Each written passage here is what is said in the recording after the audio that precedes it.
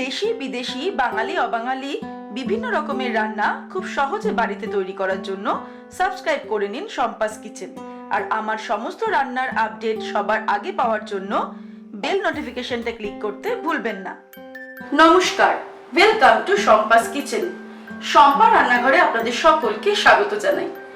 আজকে আমি দারুণ একটা রেসিপি নিয়ে হাজির হয়েছি, কাঁচা আমের মিষ্টি আচার।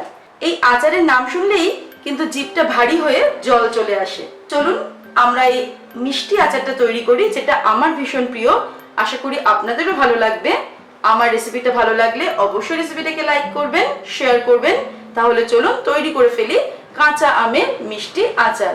কাঁচা আমের মিষ্টি আচার তৈরি করার জন্য আমাদের যে উপকরণগুলি লাগবে সেগুলি হলো, আমি 500 গ্রাম কাঁচা আম নিয়ে তার চোকলাটা ছাড়িয়ে নিয়ে টুকরো টুকরো করে এই রকম টুকরো টুকরো করে কিন্তু কেটে নিয়েছি, নিয়ে ভালো করে ধুয়ে জলটাকে ঝরিয়ে নিয়েছি। চিনি 500 গ্রাম, শুকনো লঙ্কা 2টো নিয়েছি, মৌরি নিয়েছি হাফ টিস্পুন, 5 ফোড়ন 1 টিস্পুন, মেথি হাফ টিস্পুন। কাঁচা আমের মিষ্টি আচার তৈরি করার জন্য সবার প্রথমে আমি বলেই নিয়েছি যে আমগুলো কেটে আমি ভালো করে ধুয়ে জলটাকে কিন্তু ঝরিয়ে নিয়েছি। এবারে এর মধ্যে আমি অ্যাড করছি 500 গ্রাম চিনি।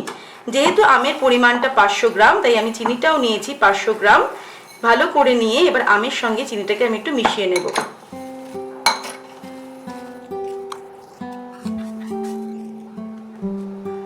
মিশিয়ে এভাবে কিন্তু আমি রেখে দেব 1 ঘন্টা ঢাকা দিয়ে। সেই সময়ের মধ্যে আমরা মশলাটা তৈরি করে নেব। মশলা তৈরি করার জন্য সবার প্রথমে আমি কড়াই গরম করেছি। এর মধ্যে আমি দিয়ে দিচ্ছি 2টো শুকনো লঙ্কা। যেহেতু এটা মিষ্টি আচার হচ্ছে আমের, তাই শুকনো লঙ্কার পরিমাণটা একদম সামান্য। জাস্ট একটা ফ্লেভার আনার জন্য আমি 2টো শুকনো লঙ্কা দিয়েছি। শুকনো লঙ্কা দুটো একটু ফ্রাই হতে সময় লাগবে, এর জন্য এটাকে একটু আমি ফার্স্টে দিলাম। ফ্লেমটাকে বাড়িয়েই আমি দুটোকে ফ্রাই করছি। 1 মিনিট মতো সময় লাগলো শুকনো লঙ্কাটা ফ্রাই হতে। দেখতেই পাচ্ছেন একটু হালকা কালো কালো রং ধরেছে। এবার আঁচটাকে আমি একদম কমিয়ে দিয়ে দেব 1 টিস্পুন 5 ফোড়ন, হাফ টিস্পুন মৌরি, হাফ টিস্পুন মেথি। আঁচটাকে কিন্তু একদম কমিয়ে নিয়ে দিতে হবে। এগুলোকে একটু আমি ফ্রাই করব। যখনই একটা সুন্দর গন্ধ বেরোতে শুরু করবে ভাজা মশলার, তখন আমি ওভেনটাকে অফ করে দিলাম। দিয়ে এটাকে আমি ক্রাশ করে নেব, একদম গুঁড়ো কিন্তু করব না। 1 ঘন্টা আমটাকে চিনির সঙ্গে মিশিয়ে রাখার পর এবার আমি ওভেনটাকে অন করে এর মধ্যে কড়াই বসিয়ে আমটাকে দিয়ে দিচ্ছি।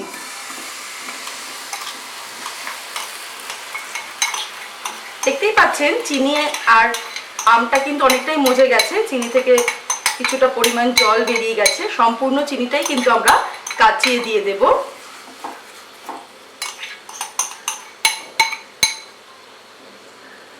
ফ্লেমটাকে বাড়িয়ে দেব।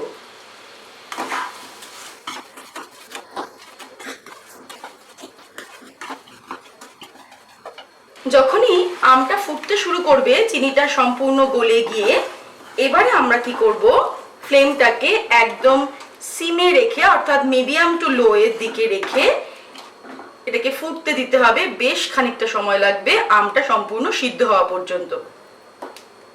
তবে মাঝখানে কিন্তু মাঝে মাঝে নাড়তে হবে যাতে চিনিটা একদম নিচে না লেগে যায়। তাই আমগুলোকে আমরা সিদ্ধ হওয়া পর্যন্ত এটা রান্না করব মিডিয়াম টু লো হিটে। প্রায় আধ ঘন্টা ধরে কিন্তু আমি মিডিয়াম টু লো ফ্লেমে রেখে রান্নাটা করছি।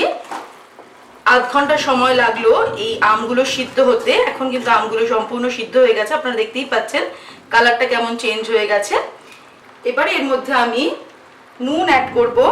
হাফ টিস্পুন আমি নুন দিলাম, তবে নুনটা কিন্তু স্বাদ অনুসারে দিতে হবে। আর দেব যে মশলাটা আমি করে রেখেছি। মশলাটা দেখুন আমি কিন্তু একদম মিহি গুঁড়ো করিনি, একটু ক্রাশ ক্রাশ মতো করে নিয়েছি, সেটা আমি দিচ্ছি।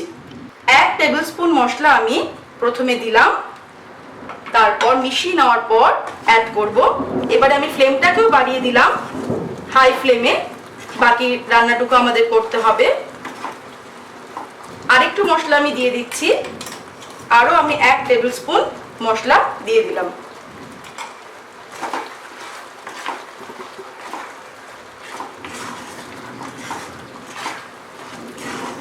বাইরে কিন্তু বাজ পড়ছে, খুব বৃষ্টি হচ্ছে।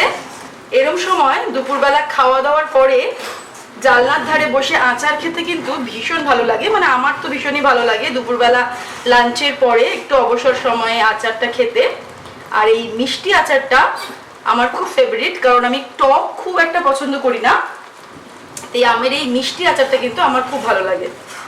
আপনারা যদি এই আচারটা একটু টক টক রাখতে চান, সেক্ষেত্রে চিনির পরিমাণটা একটু কমিয়ে দিলেই কিন্তু হবে, আর কিছু চেঞ্জ করতে হবে না।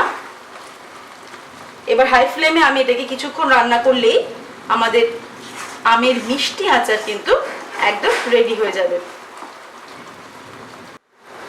হাই ফ্লেমে আমি এটাকে 5-7 মিনিট রান্না করার পরেই এটা কিন্তু ঘন হয়ে গেছে।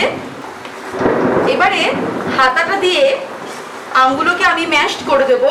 এই ওভেনটাকে আমি অফ করে দিলাম, কারণ এটা কিন্তু ঠান্ডা যখন হবে একদম ঘন হয়ে যাবে। আমাদের মিষ্টি আমের আচার কিন্তু তৈরি, তবে এটা কিন্তু এক্ষুনি খাওয়া যাবে না, সম্পূর্ণ ঠান্ডা করতে হবে। প্রায় ঘন্টা 2 সময় লাগবে সম্পূর্ণ ঠান্ডা হতে, তারপর এটাকে আমরা সার্ভ করব। তৈরি হয়ে গেছে আমাদের আজকের জিভে জল আনার মতো রেসিপি, কাঁচা আমের মিষ্টি আচার। এই রেসিপিটা কিন্তু গরমকালের সেরা রেসিপিগুলোর মধ্যে অন্যতম একটা। আপনারা দেখলেন আমি কিভাবে এই আচারটা তৈরি করলাম, এটা কিন্তু ভীষণ টেস্টি। আমার রেসিপিটা ভালো লাগলে অবশ্যই রেসিপিটাকে লাইক করবেন, শেয়ার করবেন, আর নিত্য নতুন রেসিপির আপডেট পাওয়ার জন্য এক্ষুনি আমার চ্যানেলকে সাবস্ক্রাইব করে নিন। সুস্থ থাকবেন, ভালো থাকবেন। আমি আবার হাজির হব নতুন নতুন রেসিপির সঙ্গে। নমস্কার।